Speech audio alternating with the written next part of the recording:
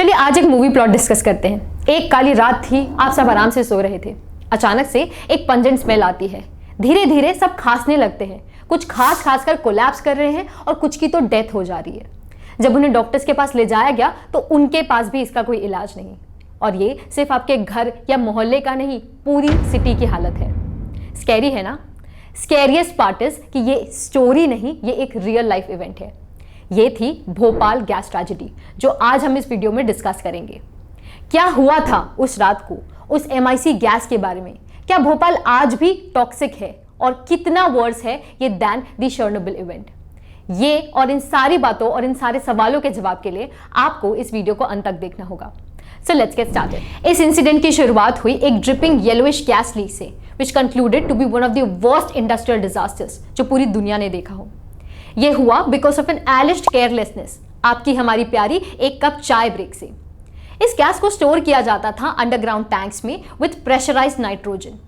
अब ये लीक हुआ because of the overload of the gas, क्योंकि गैस काफी ज्यादा हो चुकी थी, इसलिए ये धीरे से लीक करना शुरू हुई। It came in contact with moisture and water which made it all the more deadlier, all the more poisonous. सिर्फ थोड़ी गैस नहीं बल्कि 30 tons of gas was leaked, which led to the death of 15 to 20,000 people and affected more than 6 lakh people. तो इससे आप अंदाजा लगा सकते हैं कि ये ट्रेजेडी कितनी ज्यादा बड़ी थी। ये इंसिडेंट हुआ था 1984 में, बहुत बड़ी न्यूज थी। आज 2022 में भी काफी ऐसे इंसिडेंट्स हैं, काफी सारे ऐसे करंट अफेयर्स हैं जो आपके जानने के लिए ही नहीं बल्कि आपके कॉम्पिटिटिव एग्जाम्स में भी बहुत इंपॉर्टेंट होंगे। अपनी तैयारी और बेहतर करने के लिए आप ज्वाइन कर सकते हैं हमारे इस कोर्स में, जो आता है with the free test series as well, जहां 500 से ज्यादा आपके पास क्वेश्चंस मिलते हैं आपकी नॉलेज को बेटर करने के लिए। तो अपने ज्ञान को और अपने एग्जाम्स को और बेहतर करने के लिए आप एनरोल कर सकते हैं इन द कोर्स बिलो, जिसका लिंक दिया गया है। अब जिस गैस की हम बात कर रहे हैं वो है मिथाइल आइसोसाइनेट MIC, जो एक कलरलेस, काफी पोटेंशियली फ्लेमेबल गैस है, जो अगर कॉन्टैक्ट में आ जाए पानी या मॉइस्चर के तो ये बहुत ज्यादा डेडली और पॉइजनस बन जाती है, जैसा कि हमने उस ट्रेजेडी में देखा। इंडिया में एक insecticide manufacturing company union carbide इसे मैन्युफैक्चर कर रही थी, जिसके मेजर इन्वेस्टर्स इंडियन थे और इंडियन गवर्नमेंट भी। अब ये एक स्पेशल इंसेक्टिसाइड बना रहे थे अंडर द ट्रेड नेम 7, जिसे मैन्युफैक्चर करने के लिए MIC की जरूरत थी। इस MIC को इंपोर्ट किया जा रहा था बाहर से, क्योंकि इसे बनाना बहुत कॉम्प्लेक्स और एक बहुत डिफिकल्ट प्रोसीजर है।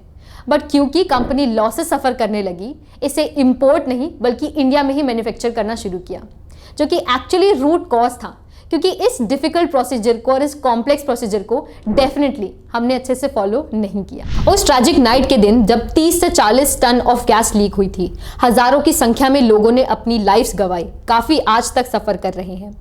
ऑटोप्सीज हमें बताती है कि सिर्फ लंग्स ही नहीं बल्कि ब्रेन्स, किडनीज, लिवर, इन पर भी बहुत सीवियर इंपैक्ट हुआ था। जो सर्वाइवर्स रह गए उन्हें सीवियर कॉन्सिक्वेंसेस झेलने पड़े, जैसे क्रॉनिक रेस्पिरेटरी इश्यूज। इवन वो बच्चे जो उस दौरान पैदा हुए उन्हें काफी हेल्थ प्रॉब्लम्स का सामना करना पड़ा। नियोनेटल मोर्टालिटी यानी पहले 28 दिन के अंदर ही बच्चों की डेथ हो जाना, दिस इंक्रीज्ड बाय 200% और स्टिल बर्थ बाय 300%। पूरे भोपाल में मास फ्यूनरल्स और क्रिमेशंस हुए। सिर्फ इंसान ही नहीं बल्कि फ्लोरा, फौना, पेड़ पौधे, इन पर भी बहुत एडवर्स इफेक्ट हुआ। कंटामिनेशन के डर से फूड सप्लाई को काफी लिमिट कर दिया गया, इवन फिशिंग तक अलाउड नहीं थी। शर्नोबिल डिजास्टर के बारे में तो आपने सुना ही होगा, जो भोपाल गैस ट्रेजेडी के 2 साल बाद हुआ था। बट इन दोनों में से वर्स कौन सा था? Let's look at the facts. Bhopal gas tragedy was one of the industrial disasters, पर ये द वर्स्ट डिजास्टर था।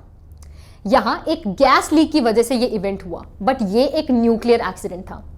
यहां सिर्फ एक सिटी में इसका इंपैक्ट देखने मिला, but this affected the continents across. Bhopal city में लोग आज भी सेटल्ड हैं, बट उस रिएक्टर के अराउंड आप आने वाले 22,000 सालों तक नहीं जा सकते। सो क्लियरली हम यहाँ लाइव्स को मेजर नहीं कर रहे हैं, but looking at the facts, the Chernobyl disaster was far more worse than the Bhopal one. Official death toll और उसके इंपैक्ट को अभी भी डिस्प्यूटेड माना जा रहा है, पर अगर हम जस्टिस की बात करें तो यूनियन कार्बाइड, उसकी कंपनी पर अब भी कोई लीगल एक्शन नहीं लिया गया है। इवन कोई ऑफिशियल ऑपरेशन तक कंडक्ट नहीं किया गया उस केमिकल वेस्ट को क्लीन करने के लिए। फाइनेंशियल सेटलमेंट की बात की जाए तो सुप्रीम कोर्ट ने मीडिएट किया between the UCC and the Indian government, जहां UCC ने इसकी मॉरल रिस्पॉन्सिबिलिटी उठाई और $470 मिलियन को पे करने के लिए अग्री किया। जिसे 2002 तक कंप्लीट किया गया एंड पे किया गया इन क्लेमेंट्स को। पर अब भी लीगल बैटल जारी है क्योंकि इसे इनएडिक्वेट और इनसफिशिएंट बताया जा रहा है। पर क्या भोपाल अब भी टॉक्सिक है? अगर एक डेटा की बात करें हम संभावना ट्रस्ट से जो हमें मिलता है वो बताता है कि इन सर्वाइवर्स की मृत्यु दर 28% ज्यादा है ऑन एन एवरेज। इनकी लंग कैंसर या लंग डिजीजेस या टीबी से डेथ होने की संभावना 2 गुना और ज्यादा बढ़ जाती है। मिजरी इनकी इतनी ज्यादा है कि एक सर्वाइवर का कहना है कि एक और गैस लीक अगर हो जाती, हमारी डेथ हो जाती तो अच्छा होता, कम से कम इस मिजरी से हमें छुटकारा मिलता। विमेन पर इसका इंपैक्ट और ज्यादा देखने मिला क्योंकि उन्हें अबॉर्शंस, इनफर्टिलिटी, स्टिल बर्थ को फेस करना पड़ा, जिससे इनके हस्बैंड्स इन्हें अबैंडन कर रहे थे। तो ये एक सोशल इशू भी है, वो भी काफी सीरियस।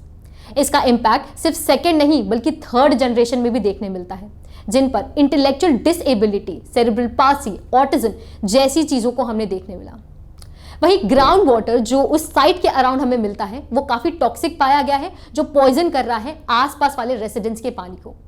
तो हम ये क्लियरली नहीं कह सकते कि भोपाल टॉक्सिक है या नहीं, पर इसके लॉन्ग टर्म इंपैक्ट हम आज भी देख सकते हैं और ये जरूर कह सकते हैं कि इसके रेमिनेंट्स वहां आज भी मौजूद है। इसी इंसिडेंट के बाद एब्सोल्यूट लायबिलिटी के कॉन्सेप्ट से डील किया गया। Bhopal gas leak disaster act introduce किया गया, जहां इंडियन गवर्नमेंट को यह पावर मिली कि वो भोपाल के लोगों को रिप्रेजेंट कर सके।